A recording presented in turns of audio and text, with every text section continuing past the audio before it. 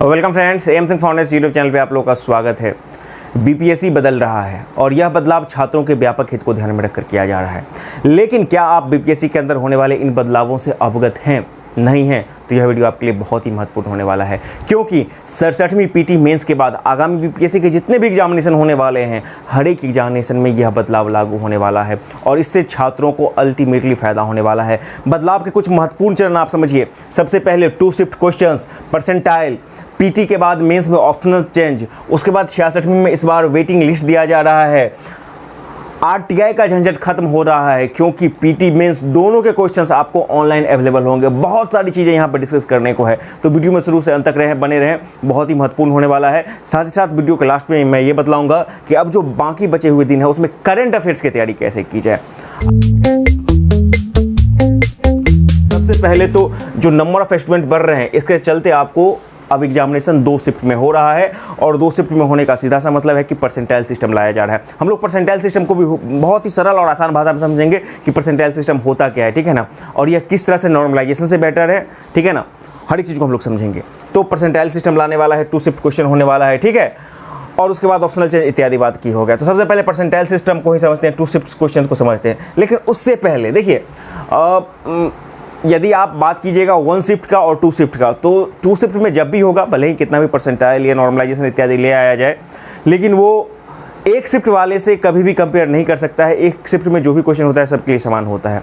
लेकिन समस्या यहाँ पर यह है कि बीपीएससी का जितना एक्सपोजर बढ़ रहा है, जितना इसका कैलेंडर रेगुलर हुआ है, उसके बाद छात्रों का झुकाव काफ़ी हुआ है। 67 में ही 6 लाख पार कर गए हैं। 68, 69, 70 मतलब जो आगामी वैकेंसी है, निश्चित रूप से वहाँ पर यह संख्या 10 लाख तक जा सकता है। तो ऐसे में तो ज़रूरी हो ही जाएगा कि ये एग्जामिनेशन 1 से ज़्यादा शिफ्ट में करवाए।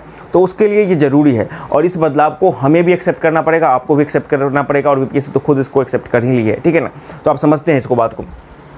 ये जो डिफरेंस बिटवीन है, अक्सर हम लोग नॉर्मली जब एग्जामिनेशन देते हैं तो परसेंट की बात करते हैं, ठीक है ना। जो परसेंट होता है वो इंडिविजुअल होता है। आपको पता है कि जितना नंबर का क्वेश्चन होता है, मान लीजिए 100 क्वेश्चन है या 150 क्वेश्चन है, और आपने जितना नंबर उठाया, तो आपने जितना नंबर उठाया और जितना टोटल क्वेश्चन है उसको नीचे में लिखते हैं। मतलब आपका जितना मार्क्स है इंडिविजुअल मार्क्स है, टोटल क्वेश्चन हो गया और 100 से कर देते हैं। तो ये जो परसेंटेज था वो इंडिविजुअल था और इससे हमको पता चल जाता था कि कितना परसेंटेज किस व्यक्ति को आया है। लेकिन it is quite different from percentage. जो परसेंटाइल होता है, इसके बारे में एक्सपर्ट बोलते हैं कि ये कंपैरेटिवली बेटर है नॉर्मलाइजेशन, जो रेलवे नॉर्मलाइजेशन करती थी उससे कंपैरेटिवली बेटर है। कुछ छात्रों का भी कहना था कि यदि बीपीएससी नॉर्मलाइज करेगी तो फिर से धांधली बढ़ेगा। तो उन सारी चीज़ों को ध्यान में रखकर ये नॉर्मलाइज को छोड़ करके परसेंटाइल पे आई। और परसेंटाइल बहुत दिन से चल रहा है, जो एमबीए वगैरह का एग्जामिनेशन होता है, कैट वगैरह या फिर और भी जगह, तो परसेंटाइल है यहाँ पे, ठीक है ना। इसको हम लोग समझते हैं। परसेंटाइल का सीधा सा मतलब होता है, ये ग्रुप पर डिपेंड करता है कि टोटल नंबर ऑफ स्टूडेंट कितने अपीयर हुए हैं। इसका मतलब होता है कि आपका, जैसे यहाँ पे लिखा है हमारा पोजीशन, कोई भी व्यक्ति जिसका पोजीशन और उसके नीचे के जितने व्यक्ति हैं उसका, और बट्टा टोटल अपीयर गुने 100, ये इसका परसेंटाइल का एक सीधा सा फॉर्मूला होता है कि कोई व्यक्ति कितना मतलब है, कितना नंबर पर है और उसके नीचे कितने व्यक्ति हैं, और उसको आप total number of student appear हुए हैं उससे भाग देते और 100 से गुना कर देते, ठीक है ना। तो हम लोग आसान भाषा में समझते हैं कि एग्जाम्पल के माध्यम से मान लीजिए कि एक एग्जामिनेशन हुआ और उस एग्जामिनेशन में 10 स्टूडेंट ने पार्टिसिपेट किया है और किसी उनका मार्क हम लिख रहे हैं, नीचे से इधर शुरू करें, एक को 72 आया, एक को 78, एक को 80, 184, 85, 88, 90, 91, 92 और किसी को 100 आ गया, ठीक है।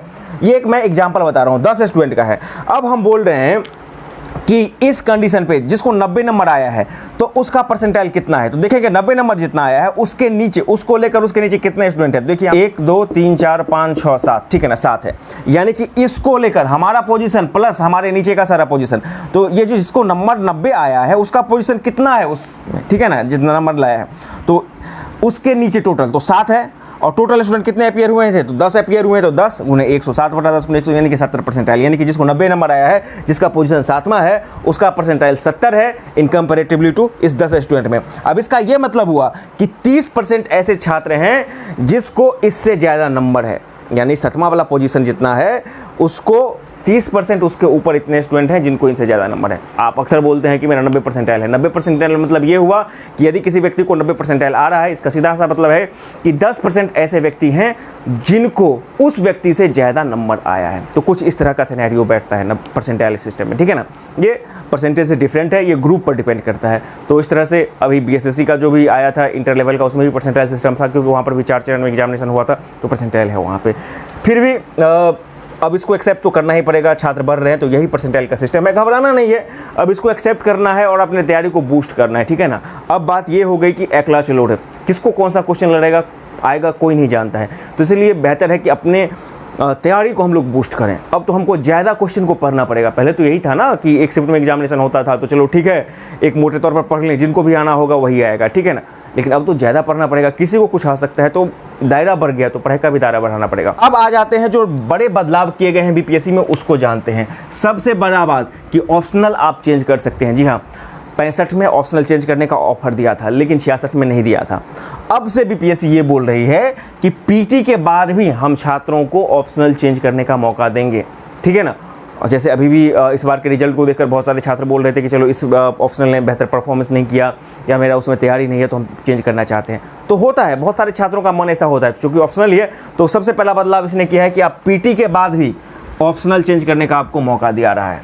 पहला बात ये हो गया। दूसरा बात, पीटी और मेंस दोनों का मूल्यांकन पूर्व का और मूल्यांकन के बाद का कॉपी, यानी कि पीटी के पहले, पीटी में आप जो ओएमआर देते हैं वो मूल्यांकन के पूर्व का ओएमआर, ठीक है, और मूल्यांकन के बाद का ओएमआर। मेंस आप एग्जामिनेशन देते हैं तो मूल्यांकन के पूर्व का आपका मेंस का कॉपी, मूल्यांकन के बाद का आपका मेंस का कॉपी, दोनों ऑनलाइन अवेलेबल रहेगा बीपीएससी के वेबसाइट पर। वहाँ पर अपना रोल नंबर और कुछ डिटेल डाल करके उसको आप देख सकेंगे। ये एक बहुत बड़ा फैसला है, क्योंकि जब आरटीआई करवाने लोग जाते थे, आरटीआई में तो मेंस कहीं को मिल पाता था, बहुत परेशानी होती थी। अभी मैंने 66वीं का करवाया है, एक तो पोस्टल ऑर्डर खोजने में दिक्कत, और उसके बाद पोस्टल ऑर्डर सेम रेट का मिल नहीं पाता था, तो ज़्यादा रुपया खर्च करके करना पड़ता था। तो बीपीएससी ने का मानना है कि चलो हमको भी परेशानी होती थी, छात्रों को भी परेशानी होती थी, तो सारा झंझट ही खत्म कर देते हैं। तो एक तरह से बोल सकते हैं कि एक तरह से आपका पूरा कार्बन कॉपी आपके पीटी मेंस का सबका आपको अवेलेबल करवा रहा है, तो बहुत अच्छी बात है। और अवेलेबल ही नहीं करवा रहा है, आपके सामने एक और ऑप्शन भी दे रहा है। यदि आप पीटी और मेंस दोनों का मूल्यांकन पूर्व और मूल्यांकन बाद का कॉपी आपको आ जाएगा, ठीक है ना, फाइनल रिजल्ट से पहले। जब भी इसका पीटी हुआ तो पीटी के समय और मेंस का होगा तो मेंस के समय। और यदि आप देख लेते हैं और आपको लगता है कि नहीं आपका मूल्यांकन कॉपी सही ढंग से नहीं हुआ है, तो आप दावा कर सकते हैं। आप दावा और आपत्ति कीजिएगा तो फाइनल रिजल्ट से पहले फिर से आपके कॉपी का दोबारा चेक होगा, वो पीटी हो या मेंस हो। तो ये एक बहुत बड़ा बदलाव है ट्रांसपेरेंसी लाने के लिए। ना सिर्फ आपको आरटीआई का झंझट खत्म हो गया, बल्कि आपको आपत्ति का भी मौका देगा, और आपत्ति करने का मौका के बाद उसको आपको रीचेक भी करेगा कॉपी, चाहे पीटी के समय हो या मेंस के समय हो। ये एक अच्छी बात है। अब आते हैं थोड़ा सा वेटिंग लिस्ट। वेटिंग लिस्ट की काफ़ी चर्चा हो रही है। देखिए, वेटिंग लिस्ट बीपीएससी ने नहीं शुरू किया है, यूपीएससी में ये पैटर्न होता है कि वेटिंग लिस्ट से भी सिलेक्शन होता है, रेलवे में भी होता है वेटिंग लिस्ट से। लेकिन एक खास सर्टेन केस में 66 में आपको पता है कि लोहार जाति को पहले एससी या एसटी था, शायद एसटी था, फिर उसको सुप्रीम कोर्ट के फैसला के अकॉर्डिंग उनको ईबीसी मिलाया गया था। तो उसके वजह के जो सीट खाली हुए हैं ना, तो वहां पे बोला जा रहा है कि लोअर रैंक को भी, मेरिट से कम को भी 3 स्टूडेंट को बुलाया जाएगा इंटरव्यू के लिए, और उनका फिर रिजल्ट जारी किया जाएगा। तो एक स्पेशल केस है, ठीक है ना, waiting list. Whole and sole waiting list की बात अब भी नहीं की गई है, हालांकि वेटिंग लिस्ट आएगा। तो ऐसा अक्सर देखा जाता है कि बहुत सारे छात्र जैसे कि हायर जॉब में हैं या हायर पोजीशन पे हैं, तो वो छोड़ देते हैं, नहीं ज्वाइन करते हैं, ठीक है ना। तो ऐसे में नीचे वाले छात्रों को मौका मिल जाएगा। तो वेटिंग लिस्ट आना चाहिए छात्रवृत्ति में है, लेकिन ये सिर्फ कंडीशनल है वेटिंग लिस्ट, तो इस चीज़ को भी क्लियर हो गया।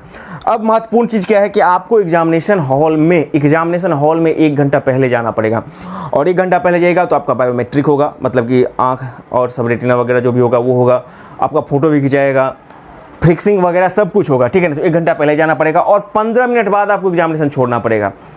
उसके बीच में क्या होगा कि जैसे दरोगा एग्जामिनेशन, बिहार में यदि कोई दरोगा का एग्जामिनेशन देते हैं तो पैकेट दरोगा वाला जो होता है छात्र के सामने ही खोला जाता है, और 2 छात्र से साइन भी करवाया जाता है। वही पैटर्न यहाँ पर भी अपनाया जा रहा है। तो वो तो समझ में आ गया। आपका जो ओएमआर होगा वो भी आपके सामने ही, मतलब छात्र के सामने ही पैक किया जाएगा। तो इसीलिए 15 मिनट बोला जा रहा है। क्वेश्चन ऑब्वियसली आपको मिलेगा, क्वेश्चन दे दिया जाएगा छात्रों को, लेकिन आपका जो ओएमआर होगा आपके सामने में पैक किया जाएगा। ये एक नया चीज़ ऐड किया जा रहा है बीपीएससी के द्वारा, ताकि वो जो बीच में जो बाहर स्ट्रॉन्ग रूम से बाहर आकर कॉपी को रंगने वाली बात या लिखने वाली बात, उस चीज़ को यहाँ पे काउंटर करने के लिए किया जा रहा है।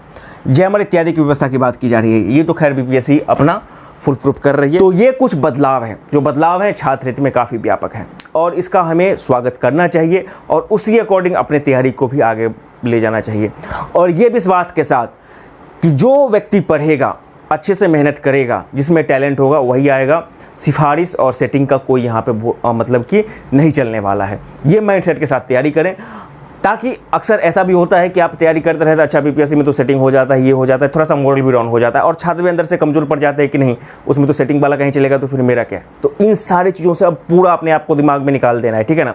ये सोचना है कि फ्री एंड फेयर एग्जामिनेशन होने जा रहा है, हम यदि या कोई भी स्टूडेंट अच्छे से तैयारी करके जाएगा तो वो आएगा और उन्हीं सब चीज़ों को फुल प्रूफ करने के लिए ये सब चीज़ लिया जा रहा है। हालांकि 67 के लिए आज के बाद से आपके लिए एक पार्ट वाइज करंट, जीएस इत्यादि का कैसे कैसे तैयारी करना है वो वीडियो आएगा। लेकिन आज के वीडियो में अंत में मैं थोड़ा सा करंट अफेयर पर भी बात करूंगा। कुछ देखा जाए तो मैं 1 महीना ही मान के चलता हूं, अभी समय बच गया है 67 पीटी के लिए। तो सबसे पहले तो पीटी निकालना थोड़ा सा टफ काम हो गया है। करंट अफेयर्स क्वेश्चन आप कॉल में सेट हो चुके हैं, उसमें कोई डाउट नहीं है, ठीक है ना। क्वेश्चन पहले ही पीएससी भेज देती है। करंट अफेयर्स आप जुलाई 2021 से लेकर के जुलाई 2022 तक को थ्रो आउट पढ़ना होगा। जी हाँ, थ्रोली आपको करंट अफेयर्स पढ़ना पड़ेगा 2 बार 3 बार, ठीक है। इसमें से हमको देखना क्या है, मतलब कि जुलाई 21 से जुलाई 2022 तक थ्रू आउट। यदि आप अगस्त, तो वैसे पूछने का बहुत कम चांस है, फिर भी आप 15 दिन का अगस्त का आप थोड़ा सा बैकअप के लिए पढ़ लीजिएगा। एक बार ये देख लेना है कि इस बार भी यदि आप करंट की तैयारी कर रहे हैं तो 2 बुक लेकर हमेशा चलिएगा। एक आपका बेस बुक, जैसे कोई प्रतियोगिता दर्पण पढ़ रहे हैं तो उसका पूरे साल का, मतलब कि जुलाई 21 से जुलाई 22 तक का, या फिर कोई अन्य बुक पढ़ रहे हैं, बेस बुक, ठीक है ना, किसी इंस्टीट्यूट का पढ़ रहे हैं, कुछ पढ़ रहे हैं, तो उसको तो आपको पढ़ना ही पढ़ना है, क्योंकि अब आपको फॉर्मेशन बना के चलना पड़ेगा। कोई एक बुक आप यदि बोलिएगा कि ठीक है मार्केट में आ रहा है उसको हम पढ़ लेंगे, निकल जाएगा, तो ठीक है, मिल गया तो अच्छी बात, नहीं मिला तो फिर आप चारों खाना चित हो जाएंगे। इसलिए फॉर्मेशन बना करके आपको 2 बुक पढ़ना पड़ेगा। एक आपको base book, 1 base book and 1 जो पॉपुलर बुक मार्केट में है। अभी मार्केट में एडिटोरिया का भी 1.5 वर्ष का आ रहा है, उसको भी आप पर देख सकते हैं। SPD का आता है, ई नवत्र का आता है, और भी बहुत सारे इंस्टीट्यूट निकालते हैं, तो वो तो एक पॉपुलर बुक हो गया, ठीक है ना, जिसमें समय का आता है, उसको तो आपको पढ़ना ही है। लेकिन उससे पहले आपको बेस बुक भी एक देख लेना है। मैं बोलूँगा प्रतियोगिता दर्पण आप देख लीजिए, यदि आप देखते होंगे। तो प्रतियोगिता दर्पण नहीं देखते हैं, कोई इंस्टीट्यूट का देखते हैं तो वो देख लीजिए, वो वाली बात होगी। और हम लोगों को new economic data, new budget, आर्थिक सर्वेक्षण, सब कुछ नया नया ही पढ़ना है, ठीक है ना, पुराना वाला नहीं पढ़ना है। यानी कि बजट की बात कीजिएगा तो 22-23, इकोनॉमिक सर्विस का बात कीजिएगा तो 21-22, ठीक है ना। इकोनॉमिक सर्वे 1 साल पहले का होता है, बिहार का भी और इंडिया का भी, पूरा इंडिया लेवल का भी, ठीक है ना। तो ये 1 साल का करंट आप कीजिए, और करंट आप पढ़िएगा भूलिएगा तो थोड़ा सा आपके लिए ज़्यादा टफ है। करंट को कम से कम ये कीजिएगा कि हम एक बार बेस बुक पढ़ लें और जो पॉपुलर बुक है उसको 2 बार पढ़ लें, ठीक है ना, और उसके कुछ प्रैक्टिस सेट्स वगैरह को लगाइए। करंट बहुत महत्वपूर्ण है, और ये जब मैं करंट की बात कर रहा हूँ तो इंक्लूडिंग बिहार करंट भी बात कर रहा हूँ, ठीक है ना। तो इस दोनों को आपको अपने एक बृहद चैनल पर चलना पड़ेगा। दृष्टि PCS, ठीक है ना, दृष्टि PCS करके आता है, दृष्टि PCS करके एक चैनल है, वहाँ पे आपको बिहार स्पेशल करेंट्स 10 दिन पर 15 दिन पर डाला जाता है, तो उसको भी आप देख सकते हैं, ठीक है ना। और भी बहुत सारे यूट्यूब चैनल वगैरह होंगे, इंस्टीट्यूट वगैरह होंगे, वहाँ का भी आप देख सकते हैं। तो इसे अकॉर्डिंग अपने तैयारी कीजिए। नया चेंज आपको बता ही दिया, परसेंटाइल एक चीज़ है जो नॉर्मलाइजेशन से ठीक है, हालांकि मेन एक शिफ्ट वाले को कंपेयर नहीं कर सकता है, लेकिन अब इस बदलाव को एक्सेप्ट करना पड़ेगा क्योंकि नंबर ऑफ स्टूडेंट बढ़ रहे हैं। तो परसेंटाइल को समझिए, तैयारी को जारी रखिए, चेंजेस को समझ लिए, आपके पास ऑप्शनल बदलने का मौका है, आपके पास बाकी चीज़ बहुत सारा चीज़ है करने का। RTA का झंझट खत्म हो गया। करंट को आप 1 साल अच्छे से पढ़िएगा। बुक भी मैंने बता दिया, एक बेस बुक, एक पॉपुलर बुक, आप जो भी बुक पहले से पढ़ते रहे हैं उसी को कंटिन्यू करना है। बिहार करंट के लिए भी यूट्यूब पर सर्च करना है, और भी जो बुक अवेलेबल है उसको करना है।